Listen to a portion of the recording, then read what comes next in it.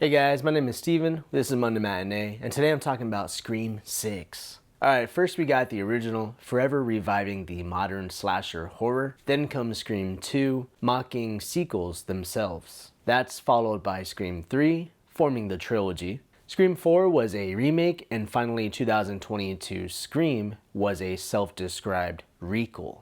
So each follows a set of rules, including the requel, which is essentially a reboot, a remake, and a sequel all in one.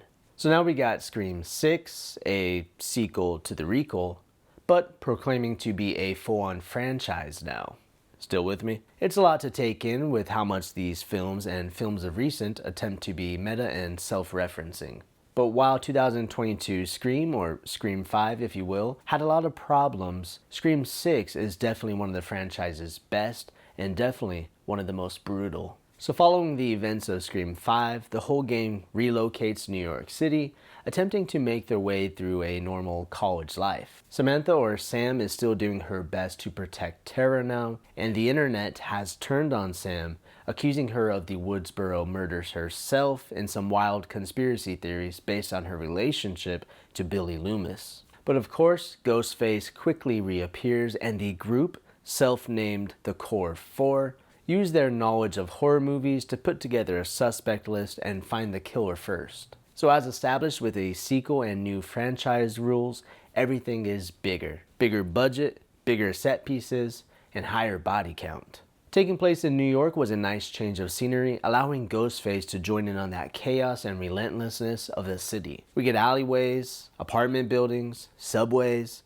old urban warehouses, high-rises, and parks. So I think it does a decent enough job of taking advantage of New York City, though I've seen some criticism suggesting otherwise. The other movies, of course, reference quite a bit, and Scream 6 definitely pulls from Scream 2 the most. The directors both mentioned that they want to beat the intensity of some of the Ghostface attacks in that movie, like the sound booth attack and the police car where she has to climb over Ghostface to get out. We also get a callback to Randy's broad daylight death while he's in the van on the school campus. And much like Randy stated for the rules of that sequel, the death scenes are much more elaborate with more blood and more gore.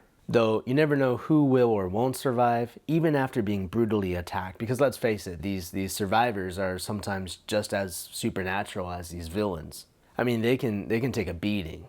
And we also get some legacy characters returning as seen in the trailer. Courtney Cox's Gale Weathers, who has established herself by now as one of horror movies' best supporting characters, and Hayden Panettiere's Kirby Reed, who looks stunning. But now that we have an official franchise, we see that legacy characters are just as expendable as we learned in the last movie with our beloved Dewey. And even without a Sidney Prescott appearance in this movie, due to contract negotiations, this new group can still carry a movie. This movie feels quite different, but it still has that familiar tone that we're used to. Mostly it's just a lot of fun to watch now. This is what the Halloween requels could have been, should have been. For letter grade, it gets a B+. More gore, more intense encounters, and twistier twists. My only nitpick was that it felt a tad long at times, coming in at just over 2 hours. Alright guys, thanks for watching, and let me know your thoughts on the movie. See you on the next one.